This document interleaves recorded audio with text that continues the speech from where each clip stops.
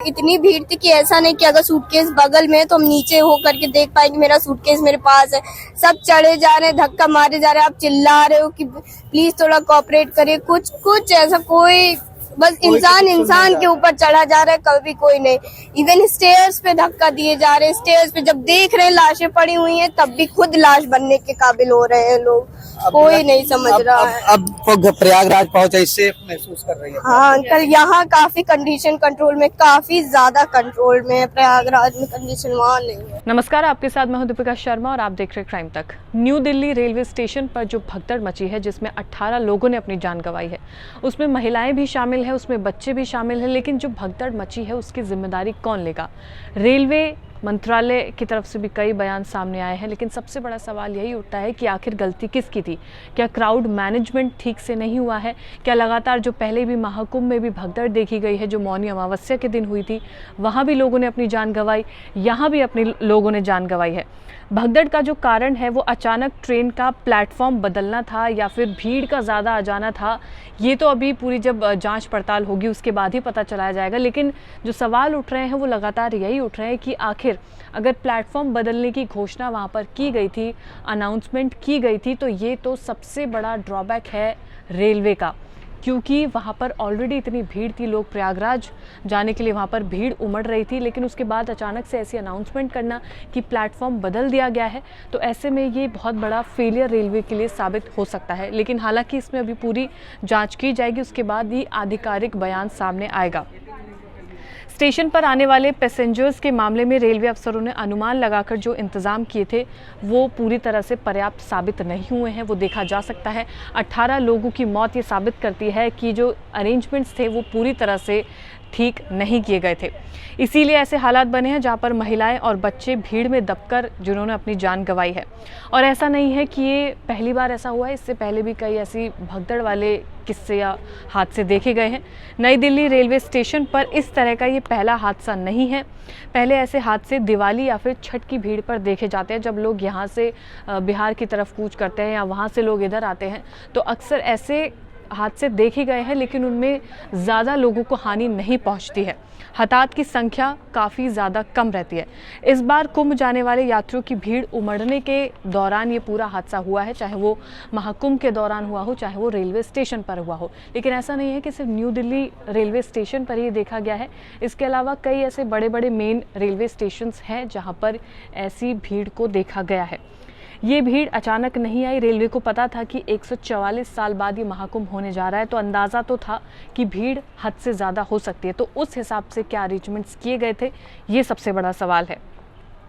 Railway ये दावा करता रहा है कि वो श्रद्धालुओं के प्रयागराज आने के लिए ज़्यादा ट्रेन चलाएगा, स्पेशल ट्रेन के इंतज़ाम किए गए हैं, उनसे अलग भी ट्रेन चलाने के इंतज़ाम और दावे किए गए हैं, और ज़रूरत पड़ी तो और ट्रेन चलाई जाएंगी, ऐसा भी दावा रेलवे की तरफ से किया गया था। लेकिन क्या रेलवे अफसरों ने इस बात पर नहीं सोचा कि प्रयागराज के लिए जो ट्रेन चलानी है तो सबसे व्यस्त यानी कि न्यू दिल्ली रेलवे स्टेशन को क्यों चुना गया? New Delhi railway station already अपने आप में बहुत ज़्यादा बिजी रहता है, और वहाँ से प्रयागराज जाने के लिए जहाँ पर सबसे ज़्यादा भीड़ इस वक्त जा रही है, तो ऐसे में स्टेशंस का जो चुनाव है वो ठीक तरीके से किया जाना चाहिए था। इसी रेलवे ने प्रयागराज में भी इंतज़ाम किए हैं और वहाँ पर भी तगड़ी भीड़ देखी जा सकती है। क्राउड मैनेजमेंट वहाँ पर भी ठीक ठाक से नहीं देखा गया है। वहाँ ट्रेन से आने वाले यात्रियों के लिए अलग स्टेशन है और प्रयागराज से जाने वाले यात्रियों के लिए दूसरा स्टेशन बनाया गया है। ऐसा किया जाता तो प्रयागराज आने वाली भीड़ उसी स्टेशन पर होती। अब ऐसे में जो सफदरजंग जो जगह है, अगर वहाँ पर ऐसा कोई स्पॉट बनाया जाता कि वहाँ से प्रयागराज के लिए ट्रेन जाएगी, तो शायद इतनी भीड़ भाड़ वहाँ ना होती। लेकिन न्यू दिल्ली रेलवे स्टेशन से ये ट्रेन चलनी थी, तो इस वजह से काफ़ी ज़्यादा भीड़ देखी गई है। लगभग 15 साल पहले छठ के दौरान ऐसा हादसा हुआ था, जो अब यानी कि देखा गया है शनिवार को। उसके बाद से रेलवे छठ के दौरान स्टेशन के बाहरी हिस्सों में भीड़ को रोकने की व्यवस्था करता रहा है, क्योंकि हर साल लोगों को अपने घर पहुंचना होता, बिहार पहुंचना होता था। उसके बाद से रेलवे ने काफ़ी ज़्यादा अरेंजमेंट्स अपने अपग्रेड किए, लेकिन जब उन्हें पता था कि प्रयागराज के लिए लोग जाने वाले हैं, भीड़ उमड़ने वाली है, तो ज़्यादा व्यवस्थाएं की जानी चाहिए थी, जो कि नहीं की गई हैं। स्टेशन के बाहरी हिस्से में ही भीड़ को रोक देना चाहिए था, ये सबसे बड़ा पॉइंट है, क्योंकि अगर सीसीटीवी के जरिए देखा जा सकता है कि भीड़ वहाँ पर बढ़ रही है तो उस भीड़ को कंट्रोल किया जा सकता था। और जो ट्रेन प्लेटफॉर्म पर आती है उसके यात्रियों को प्लेटफॉर्म की ओर जाने दिया जाता। इसी स्टेशन पर लगातार अनरिजर्व टिकट भी बिक रहे थे, यानी कि कई ऐसे टिकट्स भी थे जो लगातार ज़्यादा से ज़्यादा बिक रहे थे, तो ऐसे में लोगों की जो भीड़ थी वो और ज़्यादा बढ़ रही थी। क्या उस वक्त अफसरों को अंदाज़ा नहीं था कि भीड़ बढ़ रही है? जब वहाँ पर टिकट्स बिक रही हैं, पता चल रहा है कि इतने लोग आ रहे हैं, अंदर ट्रेन में बैठने वाले हैं, प्लेटफॉर्म पर भी रहेंगे, तो क्या अफसरों को नहीं पता था कि भीड़ बहुत ज़्यादा बढ़ रही है? ऐसे में क्या लोगों को डाइवर्ट नहीं किया जा सकता? ऐसे में क्या लोगों को बाहर ही नहीं रोका जा सकता था? बिल्कुल रोका जा सकता था, लेकिन नहीं रोका गया।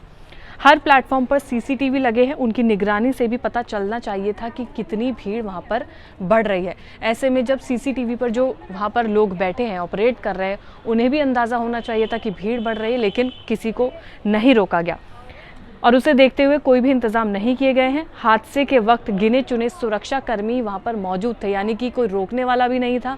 जब बाद में लोग वहाँ पर पहुँचे, रिपोर्टर्स भी पहुँचे, तब भी वहाँ पर इतनी पुलिस नहीं देखी गई थी। इतनी भीड़ को कंट्रोल करने के लिए ये लोग पर्याप्त नहीं थे। अब इसकी जांच होनी चाहिए कि सीसीटीवी की जो निगरानी करने के लिए वहाँ पर लोग मौजूद थे, क्या वहाँ पर कोई सीनियर अफसर नहीं था जो उस वक्त फैसला ले सके? क्या वहाँ पर फैसला लेने के लिए किसी और को फ़ोन कॉल किया जाता कि इतनी भीड़ बढ़ रही है, कैसे रोका जाए? यानी कि जो वहाँ पर फैसला लेना चाहिए था उसके लिए वहाँ पर लोग मौजूद नहीं थे। रेलवे अफसरों को नहीं पता था कि 2 रेलवे लाइनों के बीच बने प्लेटफॉर्म पर एक वक्त में इतने लोग खड़े हो सकते हैं, यानी कि लोग वहाँ पर नज़र आ रहे हैं, भीड़ लगातार बढ़ती जा रही है। क्या पुलिस अफसर को ये नहीं दिखाई दे रहा था कि वहाँ पे भीड़ बढ़ रही है तो उनको कम किया जाए, लोगों को वहाँ से हटाया जाए? एक प्लेटफॉर्म को जब डिज़ाइन किया गया होगा तो दोनों तरफ खड़ी दोनों ट्रेनों को कुल यात्रियों का अनुमान लगाया जाता है कि इतनी भीड़ यहाँ पर मौजूद रहेगी और इतनी भीड़ प्लेटफॉर्म के उस तरफ। लेकिन उस वक्त जहाँ पर वहाँ पर भीड़ बढ़ रही थी, उस वक्त कोई भी अरेंजमेंट नहीं किया गया।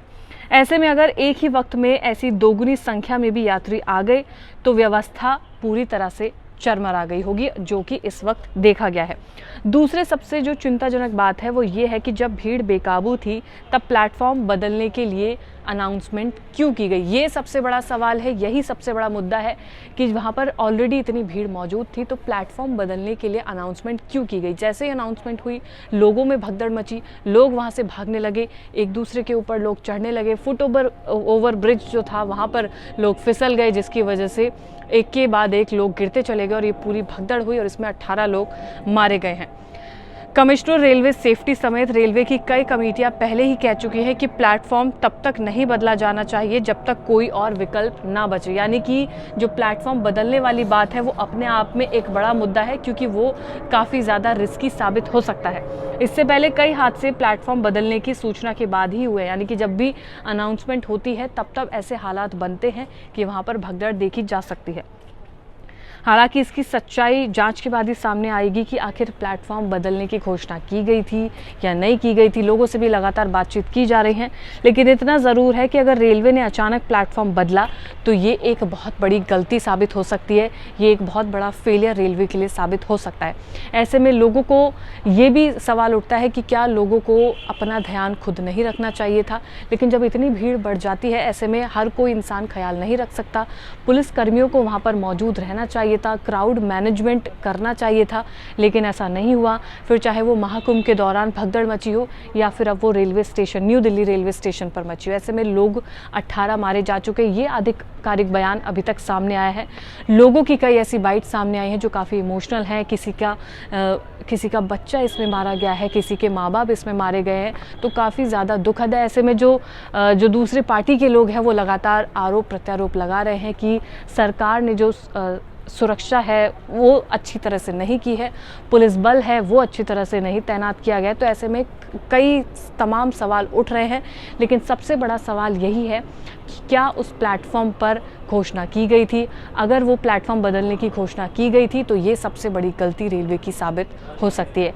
क्राइम तक लगातार इस पर नज़र रखे हुए है, कोई भी अपडेट जो सामने आ रहा है वो क्राइम तक आपको लगातार दिखाता रहेगा।